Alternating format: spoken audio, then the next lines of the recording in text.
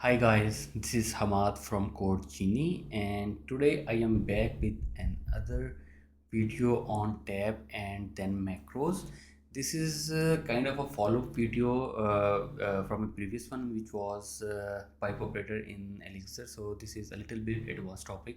So please watch that video first if you don't know what pipe operator is inside Elixir and how we use it.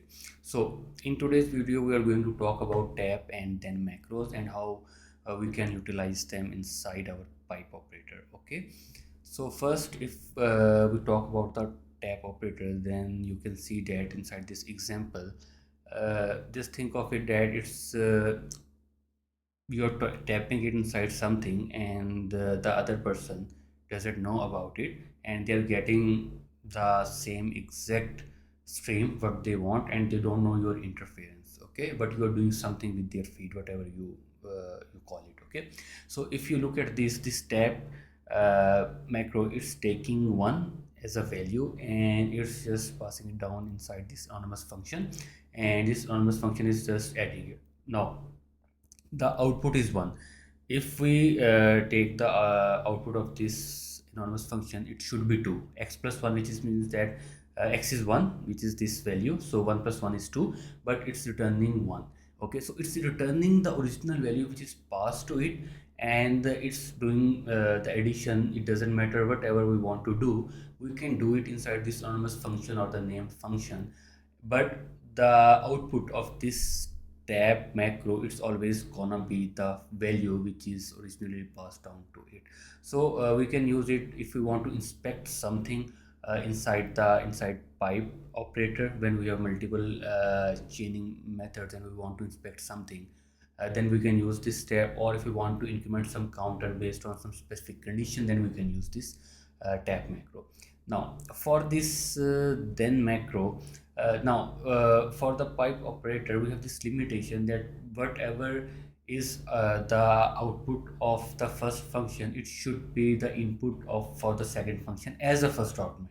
So there is this limitation that the second function is always gonna be takes the input of the output of the first function as the first argument. Okay, so that's the limitation. It's always gonna be the first argument. Okay, but with the then macro, that limitation is lifted up. So now you can see that we can use the output of the first function as a second argument, as a third argument, it doesn't matter. So don't get confused. I am just reading the theory and trying to convey what these two macros actually do. So I think yes, enough talk. So let's just dive right into code and see how they actually work.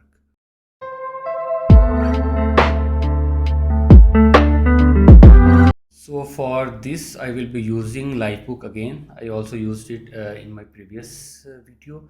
So go to this Elixir Livebook link, then you can go here. If I can go back, then this is the page you will see, and you can install it locally on your machine. Or my approach is to just run it on Docker. So check our README, click here, and here there's a section about how to run it on Docker. So copy paste this, paste it inside the terminal. It will give you the URL. Paste that URL inside the browser, and you have a working Livebook inside your browser. Okay, so it's that simple. Now if I visit the URL, you can say that I have this new notebook on the top right corner, sorry. And if I click new notebook, then it just takes me to this page. I can name my notebook whatever I want. I can install external dependencies. So if I click this one, then it can just search the package we want, and if I say bcrypt, yeah, bcrypt Elixir, so I think it's searching from X, and we can add that package and use it here. So it's really cool. We don't need anything fancy, so here let's just define our module which we're going to use to showcase our concept of tab macro. Okay, so the module name is pipe. You can name it whatever you want, it's not restriction.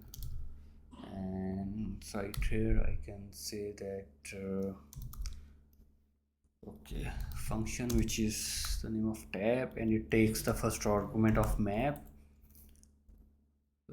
map, yeah, and do end.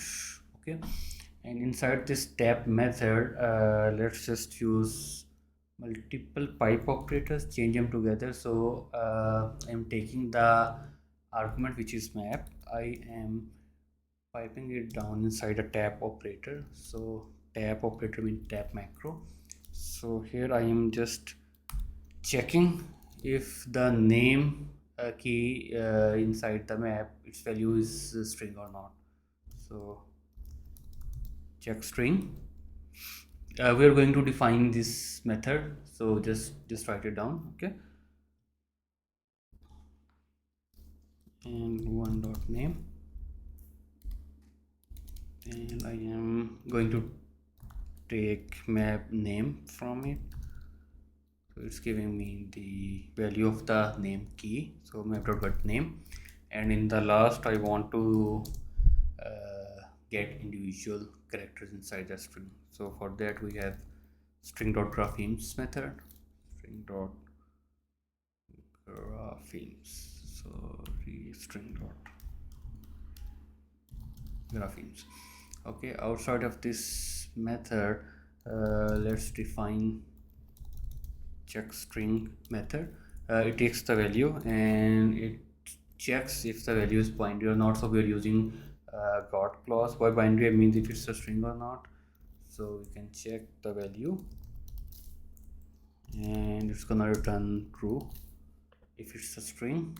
But what about if it's not a string? Okay, so copy paste it value. So it doesn't matter what the value is, so just underscore it so compiler doesn't give us warning about unused value.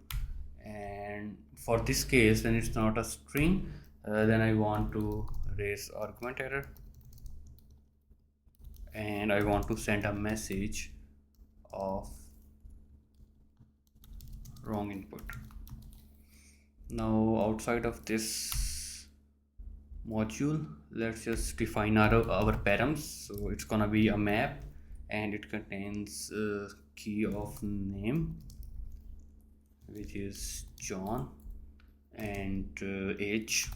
We are not going to use it, so you can just ignore it, 23. And let's just call our pipe module and inside it call our tab method with params. So let's see if it works. Okay, yeah, so this is John, so every character is spread out.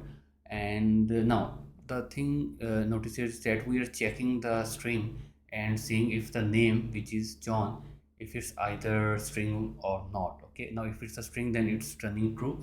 Now in the normal pipe operator uh, chain, this true is going to pass in, to this map.get method, not the map, because here it's getting the map and getting the value from of the name key.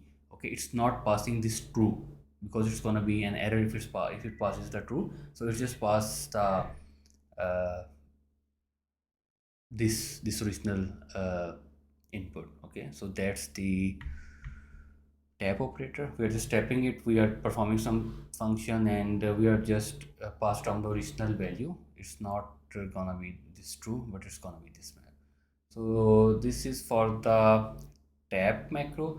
Now for the uh, then macro, we're going to use the same code, but we are going to make some changes. So here we are going to call it then, and inside this tab we are going to call it, sorry, not this map, this tab, we are going to call it then, and we are going to call check string method, but not the question mark because it's not going to return boolean.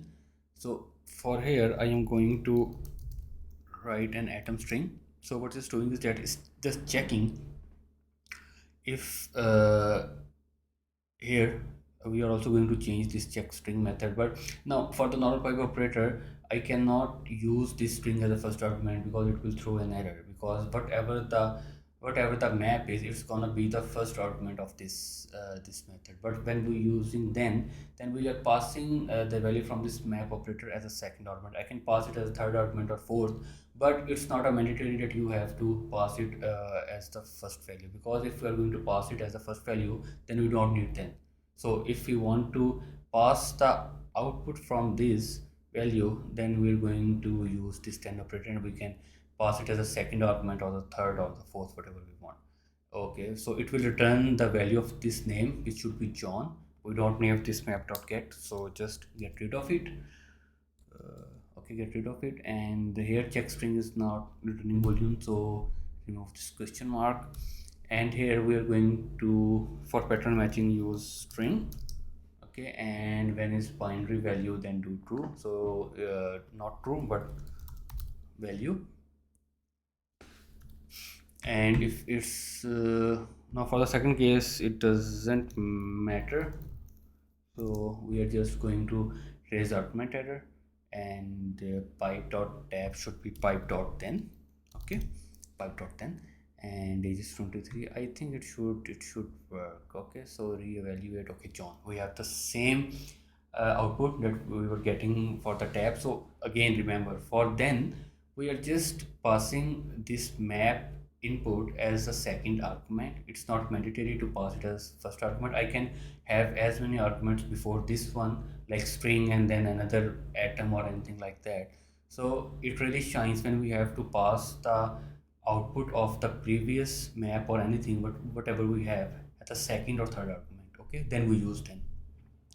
And for the tab operator, we're just going to use it when we have we want to tap inside the method. Okay, so guys, that's it for this video. Thank you for watching.